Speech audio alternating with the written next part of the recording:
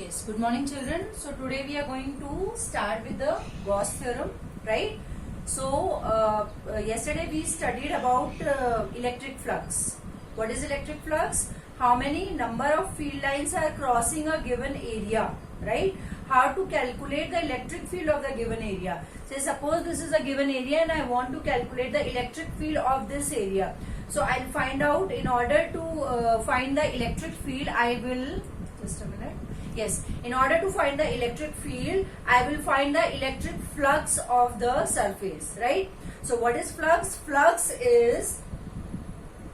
tells us how much electric field this material will have, or this conductor will have, how much electric field it will have.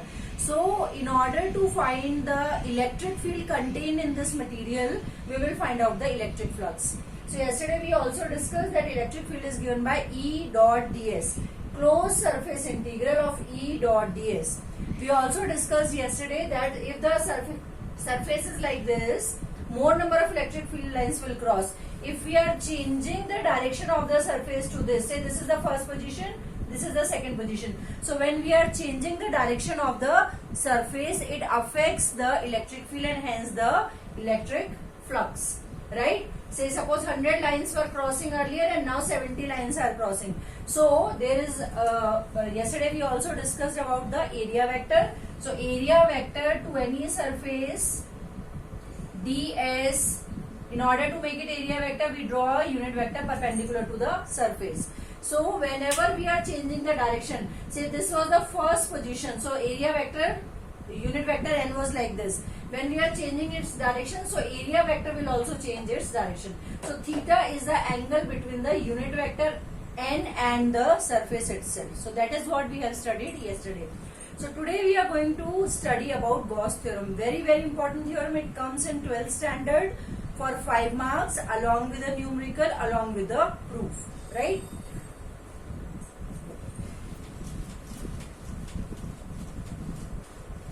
So in order to understand the Gauss theorem, we need to understand the spherical surfaces first, right? Symmetrical, sorry, not spherical. Whenever we are finding the electric field, or we are determining the electric flux, it is very simple, very easy to calculate the electric flux of a symmetrical surface, right? So if we talk about symmetrical surface, yes, say this is a surface, and there is some charge here, so electric field here, and electric field here would be different. Why? This is a charge here, because this distance is less, this distance is more, and this distance is more.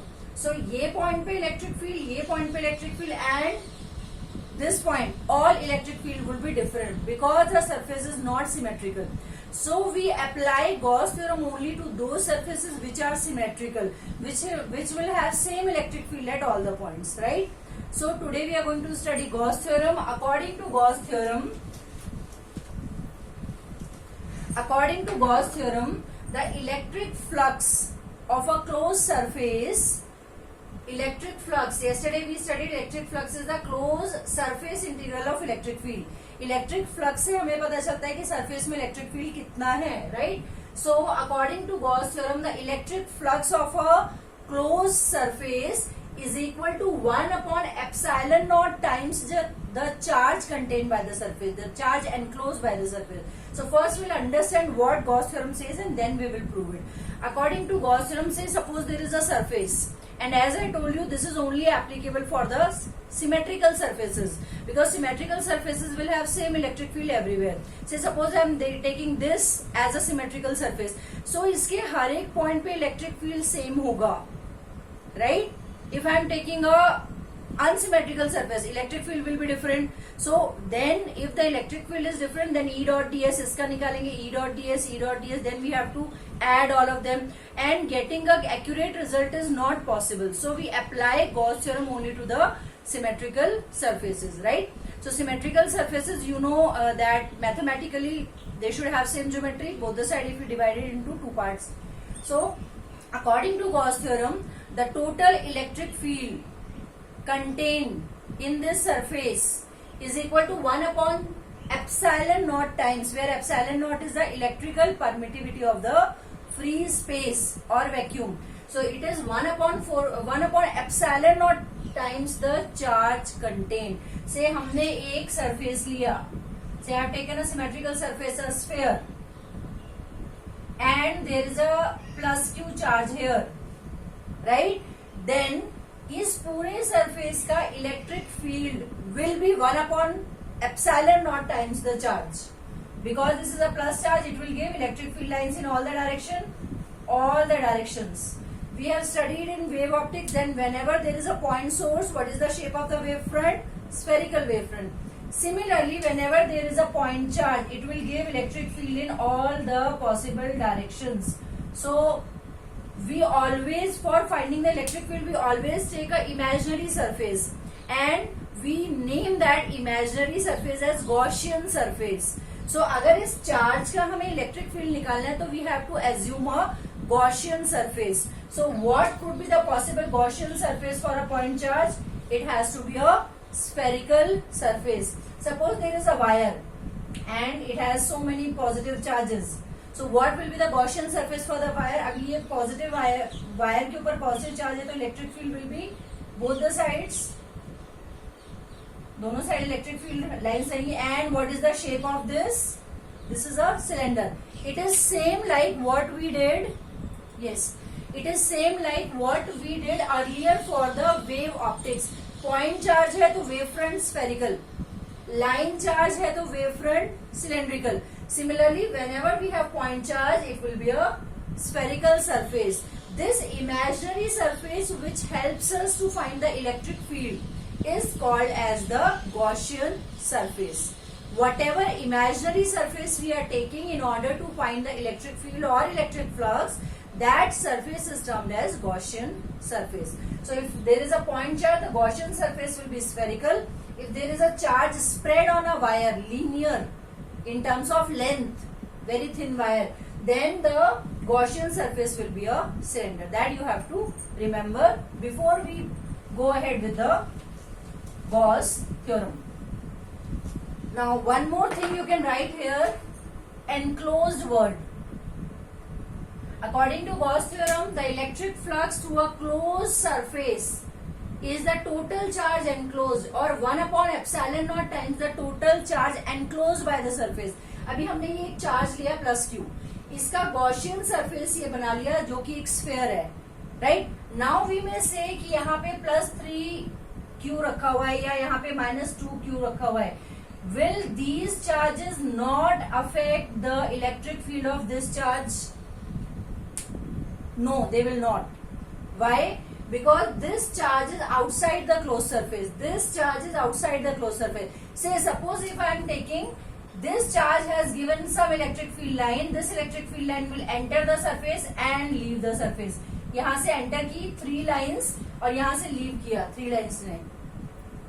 Electric field +3q का is not going to affect it inside. Similarly -q, say 2 lines are coming out. 2 lines are coming out means they must have some origin. They entered and they went towards -2q. They originate from here, entered the surface and left the surface. So कोई भी charge जो बाहर है surface के, that is not going to affect the electric field. We say Gauss theorem के according electric field हम इस surface का ले रहे हैं. That will be the charge enclosed by the surface, not the charge around the surfaces, right? So that is what we are going to learn in this derivation, right? So for our convenience, we have taken a +q charge. Now, because it is a point charge, what will be the shape of the Gaussian surface? It will be a spherical shape, right? Because it will give electric field lines in all the directions. So that surface will be a spherical surface. So let us say that spherical surface का radius is r, and on that spherical surface I have taken a very small area. Let us name this as ds. I have taken a on the sphere one such small surface area I have taken as ds. So ds को area vector treat करने के लिए I have to take a unit vector perpendicular to ds, right? So this is ये जो shaded वाला reason है, this is ds and I have taken unit vector n perpendicular to ds. Unit vector is always perpendicular to the surface, right? Now this is the radius और radius की ही direction में हमें electric field निकालनी है किसी point P पे. Let us say this is point P and here we are supposed to find the electric field, right? So if this is the radius, so radius vector, unit vector r, see for any vector we always take unit vector along the same direction. So अगर मैंने इसका radius vector r लिया है तो unit vector r will be in the same direction, right? So this is a charge, I repeat, it's it will have a spherical Gaussian surface which will help us to find the electric field, right? Now we have taken a point P where we are supposed to find the electric field. हमने एक charge लिया और इस charge के इस point पे मुझे electric field चाहिए या इस पॉइंट पे जहां भी इलेक्ट्रिक फील्ड चाहिए, there I will draw imaginary Gaussian surface, and since it is a point charge, so imaginary Gaussian surface will be a sphere, right? Having the surface area, what its surface area will be 4 pi r square, right? So unit vector n ds के perpendicular और r के ही direction में unit vector r. What is the angle between unit vector n and r? Unit vector r along this direction जहां पे हमें electric field निकालना है, and r also along the same direction. So both are having angle between them as 0 degree, right? Now we will study the proof of Gauss theorem. Proof. Why do we say that flux is 1 upon 4 pi epsilon naught q by r square, right?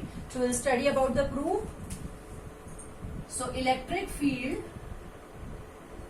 at point P, electric field is 1 upon 4 pi epsilon naught q by r square. यहाँ पे electric field कितनी होगी due to a point charge? We have studied k q by r square. So k q by r square. Suppose I want to write the vector denotation of the same. So I'll put a vector here, and in order to make it vector, I'll use the unit vector r. Equation 1. Now ds is a small element where we are finding the which we are treating as an area.